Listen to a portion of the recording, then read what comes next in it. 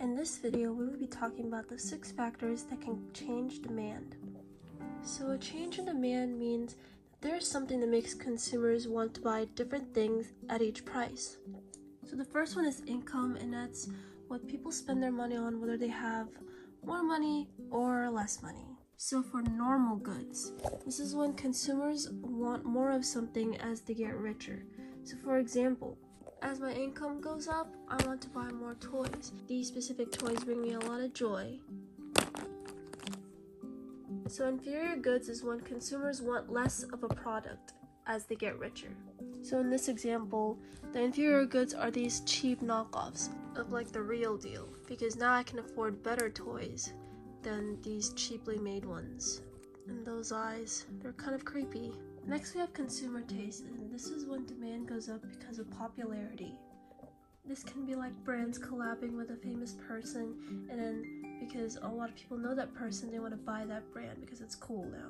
When Fortnite collabed with K-pop Demon Hunters, I decided to buy 2 of the skins.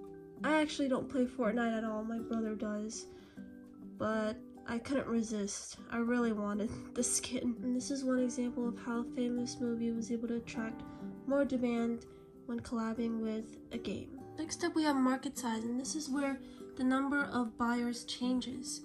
So, for example, in the 1940s to 1960s, there were suddenly a lot of buyers who needed baby products because that was the era of the baby boom and there were a lot of babies around.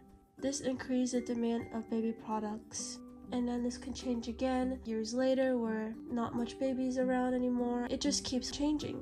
It really depends on what's going on.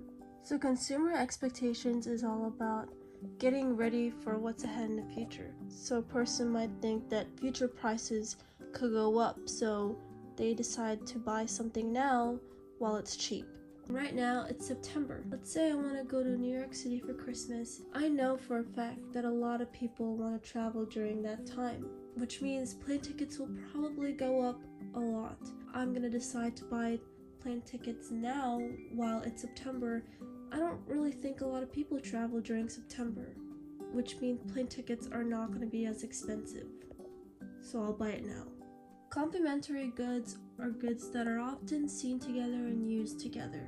So if you buy one thing, you'll most likely buy the other thing.